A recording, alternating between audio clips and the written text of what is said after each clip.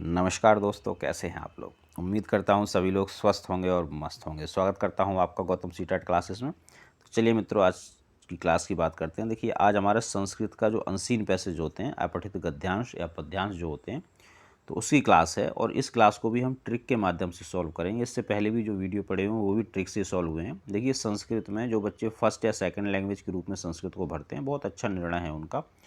क्योंकि संस्कृत में अगर आपको संस्कृत का सा भी नहीं आता है और आप गौतम सीटेट क्लासेस के माध्यम से पढ़ रहे हैं, तो मैं आपको बता दूं कि भाई आपके 20+ मार्क्स 100% आएंगे।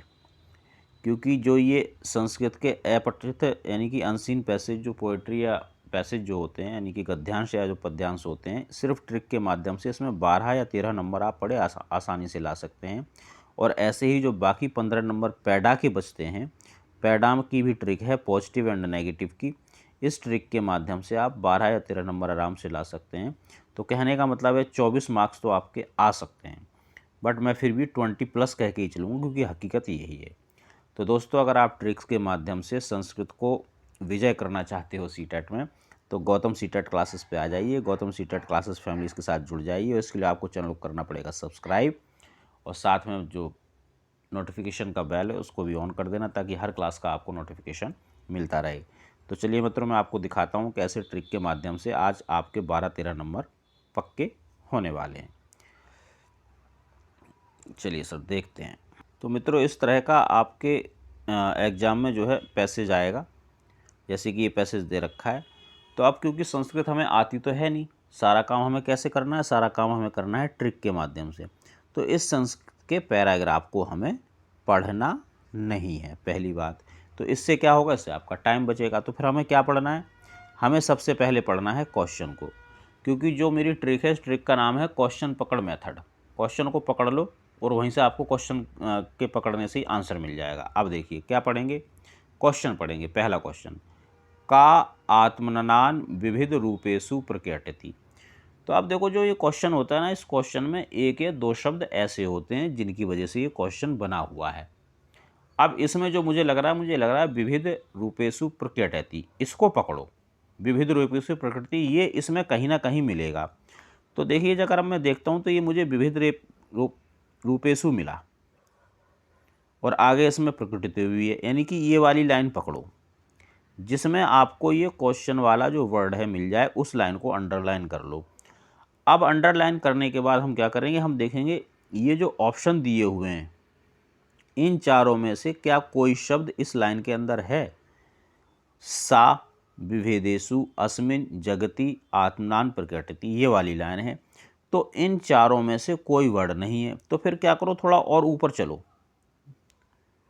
ऊपर की एक लाइन पकड़ लो, क्या कोई वर्ड है। तो जब मैं ऊपर की लाइन में देखता हूं तो मुझे एक वर्ड मिलता है प्रकृति, जो कि इसमें भी है, सी में। तो इसे ही आंसर कर दो। देखो, वैसे अगर देखा जाए तो जो पहली लाइन थी ना, इसमें भी प्रकृति था। कहाँ था, देखो मैं आपको दिखाता हूँ। जैसे मैंने ये लाइन पकड़ी, सा का मतलब वह है। अब मैं जब पहले से पढ़ूंगा इसको, प्रकृति मनुष्य से उपकारिणी, मनुष्य से सह तस्य शाश्वत संबंध सहा। अब ये जो सा है, ये प्रकृति के लिए आया था। तो आंसर तो हमारा इसी लाइन में था। ये सा जो है ना, ये सा आया प्रकृति के लिए, और यही आंसर है। लेकिन अब क्योंकि हमें संस्कृत आती नहीं, हम उसको समझ नहीं सकते, तो हमें ज़्यादा दिमाग नहीं लगाना है। अगर इस वाली लाइन में आंसर नहीं मिल रहा है तो इससे पहले वाली लाइन देखो। अगर मान लो इसमें भी आंसर नहीं मिल रहा है तो इससे बाद वाली लाइन देखो। इन 3 लाइनों में आंसर आपको मिल जाएगा, चाहे आप संस्कृत का सा भी ना जानते हो, आपको समझ में आती हो या ना आती हो। और आंसर कैसे मिलेगा, इन्हीं 3 लाइनों में, इन चारों में से कोई एक शब्द होगा, जो चारों आपको ऑप्शन दे रखे हैं। और जो शब्द इन लाइनों में मिल जाए, पहली बात तो आपको उसी लाइन में मिल जाएगा जहाँ से आपने क्वेश्चन को पकड़ा था। और अगर इसमें नहीं मिलता तो ऊपर की लाइन में जाना और नीचे की लाइन में जाना। तो भाई पहला क्वेश्चन आया और उसका आंसर हमारा आया प्रकृति। अब ये देखेंगे 26 क्वेश्चन, का असाधु सेवित पंथान गच्छति। तो देखो, मुझे ये वाला जो शब्द है, ये ऐसा लग रहा है कि ये इंपॉर्टेंट वर्ड है। तो भाई इसी को पकड़ के इसमें पैराग्राफ के अंदर ढूंढो ये वर्ड कहाँ है, उसके पास ही आपको आंसर भी मिलेगा। तो चलो भाई, हम देखते हैं यहाँ पे कि भाई ये वर्ड हमें कहाँ मिलने वाला है। तो जब मैं इसको देखता हूँ 26वें क्वेश्चन को, तो मुझे जो शब्द मैं ढूंढना चाह रहा हूँ, ये कहाँ मिलता है, मुझे ये मिल गया यहाँ पे। असाधु सेवन्ते। अब आंसर कहाँ होगा? अब आंसर इसी लाइन में होगा। ये लाइन यहाँ से शुरू होती है और ये ऐसे ऐसे चलती जाती है और यहाँ ख़त्म हो जाती है। अब देखो इसमें क्या लिखा है, परम अधन्य आर्य जना कृतज्ञाम विहाय असाधु सेवित पंथान गच्छति। अब देखो क्या इसमें ऐसा कोई वर्ड है जो इनमें भी आ रहा है? तो इसमें तो मनुष्य, पशु, चंद्रमा, वनस्पति, तो इसमें मनुष्य जन तो नहीं है, लेकिन एक वर्ड आ रहा है जना। जना का मतलब क्या होता है? मनुष्य, जन। तो इतना थोड़ा कॉमन सेंस तो भाई आपको लगाना पड़ेगा, लेकिन आंसर 100% सही मिलेगा। इसमें संस्कृत सीखने की जरूरत नहीं है। तो भाई हमारा ये सेकंड भी मिल गया। अब देखो, मनुष्य कस्य प्रतिकूल च आचरेत। अब मुझे इसमें ये प्रतिकूल च आचरेत, ये ऐसा लग रहा है कि इसी से जो ये क्वेश्चन जो है इसी पर आधारित है, इसी से क्वेश्चन बना। तो इसको ढूंढो भाई ये कहाँ लिखा है। देखो ये वर्ड मुझे यहाँ मिला, आचरेत, मिल गया। अब इस लाइन को पूरे को अंडरलाइन कर लो, कर लिया। अब देखो इन चारों में से जो ये ऑप्शन दे रखे हैं, क्या कोई शब्द इसमें है? तो भाई इसमें जब मैं देखता हूँ तो मुझे क्या दिखाई देता है, कौन सा वर्ड दिखाई देता है?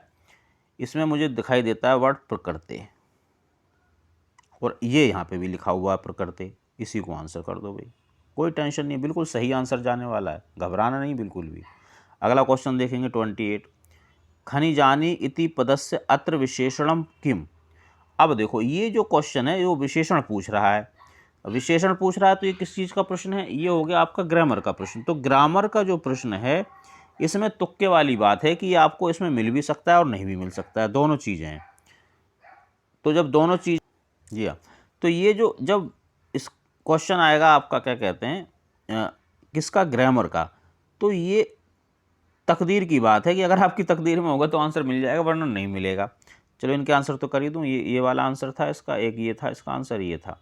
ये मैंने ट्रिक के माध्यम से आपको बता दिए। तो अब देखिए, अब इन चारों में देखो क्या कोई शब्द यहाँ मिलेगा? जब प्रश्न आए ग्रामर का, तब आपको क्या है, चारों शब्द देखने हैं। अगर ग्रामर का प्रश्न नहीं है तो जो मैंने क्वेश्चन पकड़ मेथड बताया है उसे पकड़ते जाएंगे और आपको आंसर मिलता चला जाएगा। तो अब देखो इन चारों में से जब मैं देखता हूँ, इसमें कोई देखो बड़ा नहीं है, ऐसे ऐसे करके देखते जाएंगे, ये चारों वर्ड कोई मिल रहे हैं, तो इसमें आपको वो वर्ड जरूर मिल जाएगा जो आंसर है। अब हम देखते हैं भी इसका आंसर कहाँ मिलने वाला है। तो देखो एक यहाँ पे वर्ड लिखा है सकलानी, और एक यही वर्ड यहाँ पे लिखा हुआ है फोर्थ में, जो आपका फोर्थ ऑप्शन है, इसमें ये सेम वर्ड लिखा हुआ है सकलानी। तो हम फोर्थ को ही क्या करेंगे, फोर्थ को ही आंसर कर देंगे। ये आंसर फोर्थ कैसे होगा भाई, इसको थोड़ा सा ऊपर करना पड़ेगा तब आंसर होगा। तो ये जो है सकलानी जो है आपका आंसर हो जाएगा। अब अगला प्रश्न देखेंगे। अगले प्रश्न के लिए भी इसको थोड़ा ऊपर कर देते हैं। अत्र विधि लंकाय उदाहरणम अस्ति। अब ये भी देखो देखा जाए तो विधि लंग लकार का कौन सा वो होगा, तो ये भी क्या है, ये प्रश्न भी वैसा ही है। तो दिक्कत वाली कोई बात नहीं। अब क्योंकि ये जो विधि लंग लकार हमें देखना है, ये कहाँ देखना है, हमें इसके अंदर ही देखना है। तो फिर इनको वर्ड को देखेंगे। तो जब हम वर्ड को देखते हैं तो इसमें एक वर्ड आ रहा है आचरेत, शब्द ही ढूंढना है और कुछ नहीं। तो इन चारों में ये रहा आचरेत, ये आंसर आ गया। अब देखेंगे 30, अत्र कस्मिन पदे द्वितीय विभक्ति प्रयुक्ता। अब फिर देखेंगे इन वाले वर्ड्स को कोई वर्ड है जो इसके अंदर मिल रहा है। तो देखो एक शब्द यहाँ पे आ रहा है कृतज्ञा, इसको आंसर कर दो। तो इस तरह से आप संस्कृत के जो मार्क्स हैं इनको बड़े आसानी से ट्रिक के माध्यम से सिर्फ क्वेश्चन पकड़ के आंसर इसमें जो पैराग्राफ है इसमें ढूंढ लेंगे। एक ही ट्रिक से मैं पढ़ाता हूँ, एक ट्रिक से आपकी इन 15 नंबर को पढ़ा देता हूँ, दूसरी पॉजिटिव और नेगेटिव की ट्रिक जो है उससे आपकी पैदा करवा देता हूँ, और संस्कृत में 20+ मार्क्स दिला देता हूँ। तो दोस्तों इस ट्रिक को अपनाओ और अपने नंबर पक्के करो। आपको संस्कृत चाहे आती हो या ना आती हो, उससे कोई मतलब नहीं है। और भाई कमेंट करके ज़रूर बताएं कि आपको क्लास कैसी लगी। चैनल को सब्सक्राइब करें, लाइक करें, शेयर करें। और बाकी इसके अलावा फिर भी आपकी कोई प्रॉब्लम है, कोई डाउट है, किसी तरह का नोट्स चाहिए, PDF चाहिए, कुछ भी, इस नंबर पे आप मुझसे व्हाट्सएप के माध्यम से संपर्क कर सकते हैं। बट सिर्फ CTET के बारे में ही बात करें, क्योंकि मैं सिर्फ CTET पढ़ाता हूँ। तो मित्रों मिलेंगे अगली क्लास में, तब तक आप सभी लोग स्वस्थ रहें और मस्त रहें।